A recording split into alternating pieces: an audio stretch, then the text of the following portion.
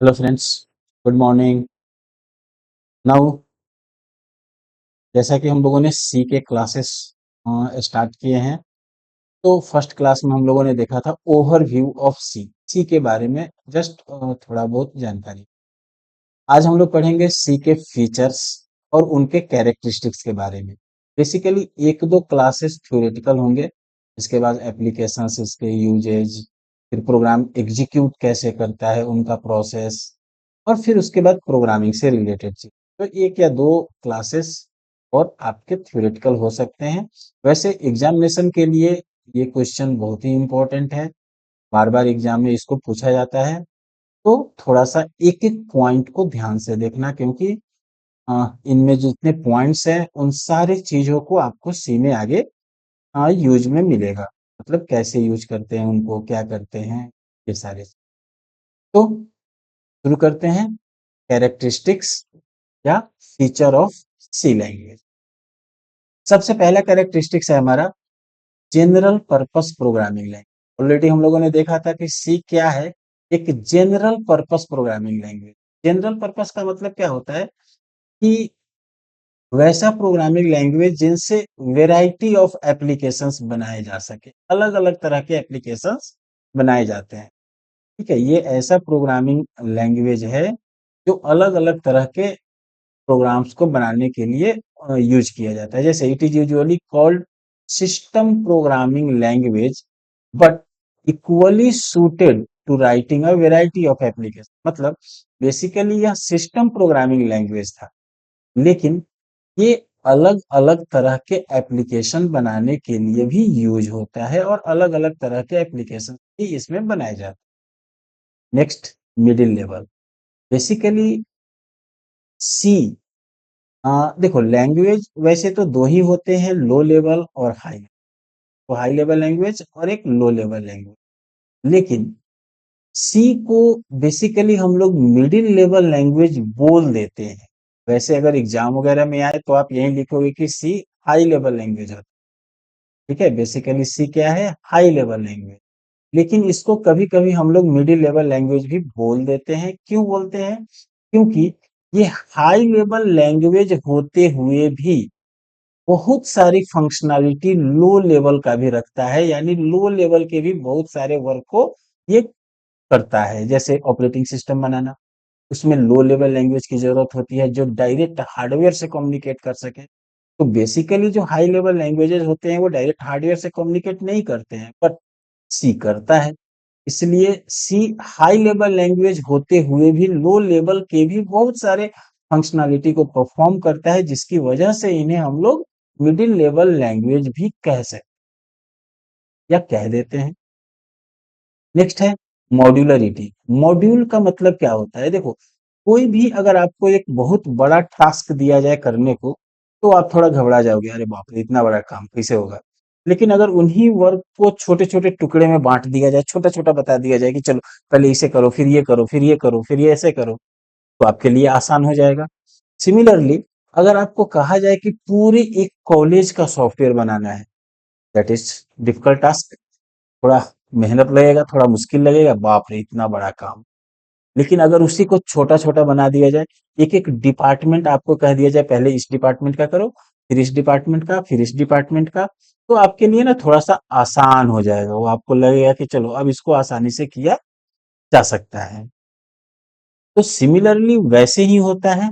Modularity का मतलब क्या है कि सी प्रोग्राम में आपको ये टेक्निक दिया गया है या ऐसा चीज है कि आप का जो बहुत बड़ा प्रोग्राम है, उस बहुत बड़े प्रोग्राम को आप छोटे छोटे मॉड्यूल्स में बांट सकते हो with the help of function.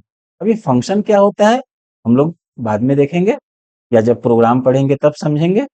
नहीं, बट आप अभी ये समझो कि फंक्शन की हेल्प से हम लोग एक बहुत बड़े प्रोग्राम को छोटे छोटे मॉड्यूल्स में बांट देते हैं, जिससे प्रोग्राम की अंडरस्टैंडिंग भी बढ़ती है और हमारे लिए प्रोग्राम लिखना भी आसान हो जाता है। नेक्स्ट है सिंप्लिसिटी। सिंप्लिसिटी का मतलब क्या है? सी बेसिकली है तो बहुत ही सिंपल लैंग्वेज यूज करने में, क्योंकि यह स्ट्रक्चर्ड अप्रोच को फॉलो करता है। इसके पास बहुत सारे इनबिल्ट फंक्शंस होते हैं। इनबिल्ट फंक्शन कहने का मतलब बहुत सारे ऐसे फंक्शंस हैं जो ऑलरेडी बना बनाया है सी के पास। आपको सिर्फ उन्हें यूज कर लेना है, आपको उसके लिए बहुत ज्यादा मेहनत करने का जरूरत नहीं है, सिर्फ उन फंक्शंस को यूज कर लेना है। बहुत सारे कीवर्ड्स हैं जिनका कुछ स्पेशल मीनिंग है, और उन कीवर्ड्स को आपको बस यूज कर लेना है। बहुत सारे ऑपरेटर्स हैं, बहुत सारे डेटा टाइप्स हैं, तो इनका यूज कैसे कैसे होता है, क्या क्या होता है, वो सब चीज हम लोग आगे देखेंगे।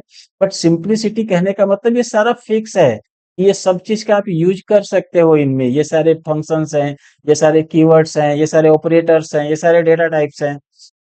ठीक है।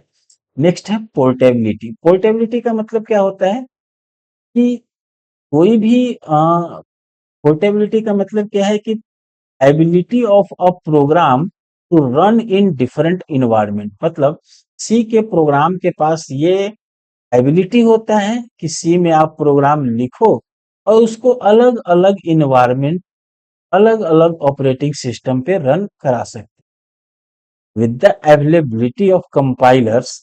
क्योंकि सी के कंपाइलर अलग अलग प्लेटफॉर्म के लिए भी हैं for almost all operating system.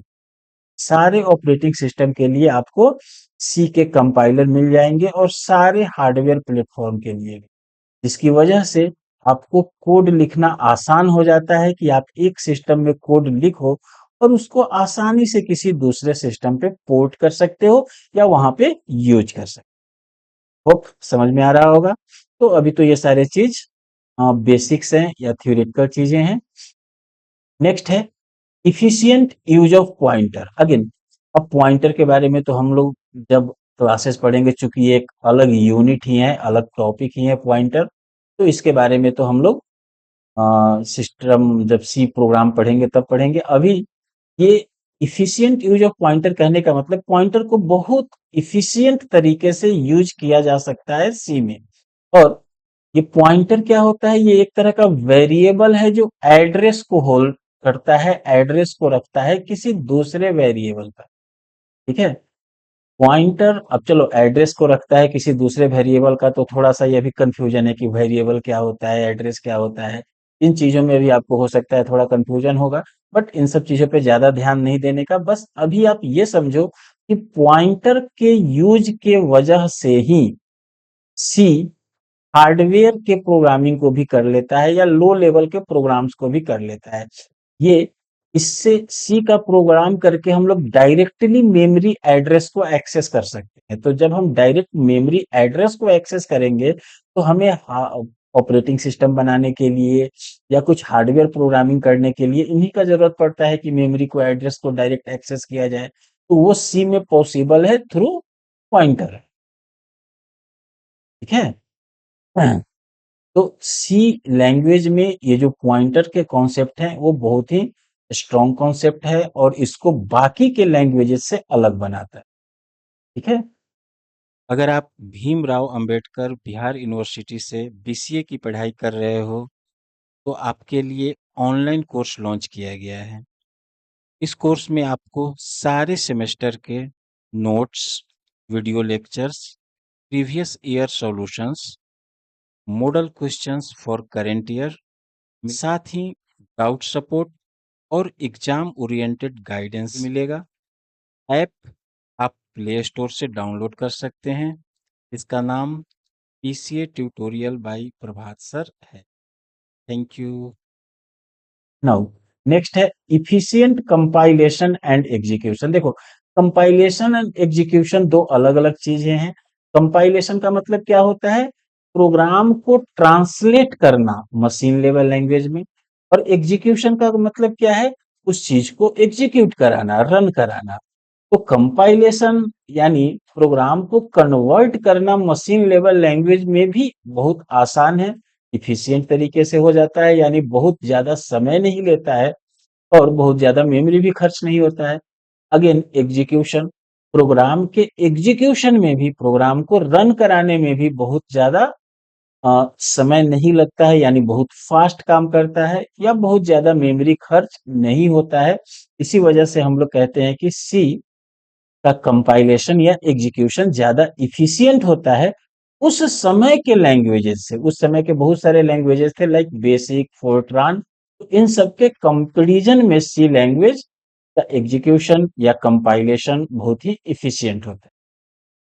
Now clarity, सी में जितने भी चीजें हैं वो सारे क्लियर कट हैं। जैसे कीवर्ड्स क्लियर हैं, ये सारे कीवर्ड्स हैं। इनबिल्ट फंक्शन एकदम क्लियर कट है कि ये सारे इनबिल्ट फंक्शंस हैं। उनका स्ट्रक्चर फिक्स है, कैसे यूज करना है।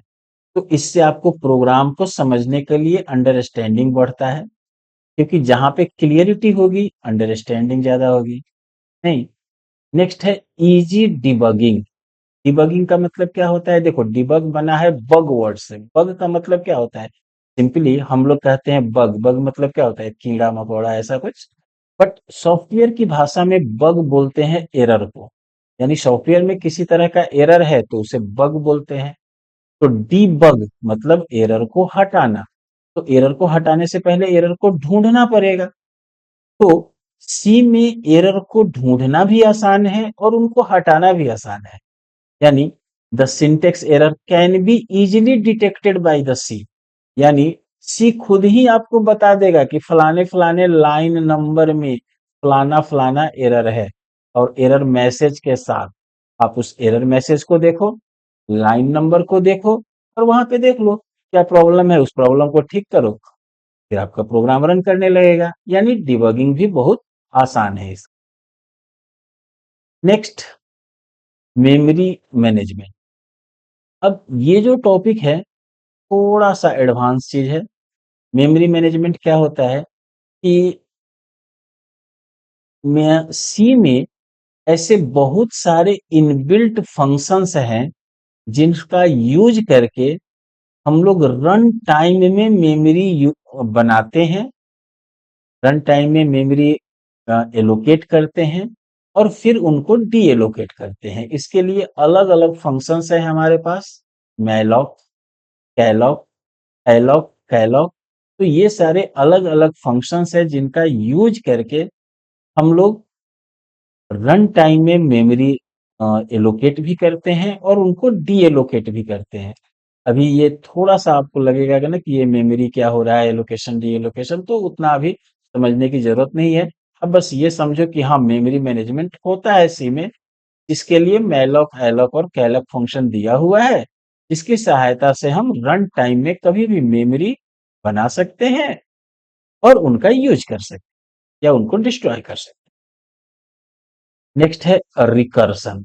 रिकर्सन भी एक बहुत ही पावरफुल टेक्निक होता है किसी भी प्रोग्रामिंग लैंग्वेज के लिए। रिकर्सन का मतलब क्या होता है कि आप किसी फंक्शन को, अगर कोई फंक्शन अपने आप को कॉल करे, फंक्शन कॉल्स इटसेल्फ, अगर वो फंक्शन अपने आप को बार बार कॉल करता है तो उसे हम लोग रिकर्सन कहते हैं या रिकर्सिव फंक्शन कहते हैं।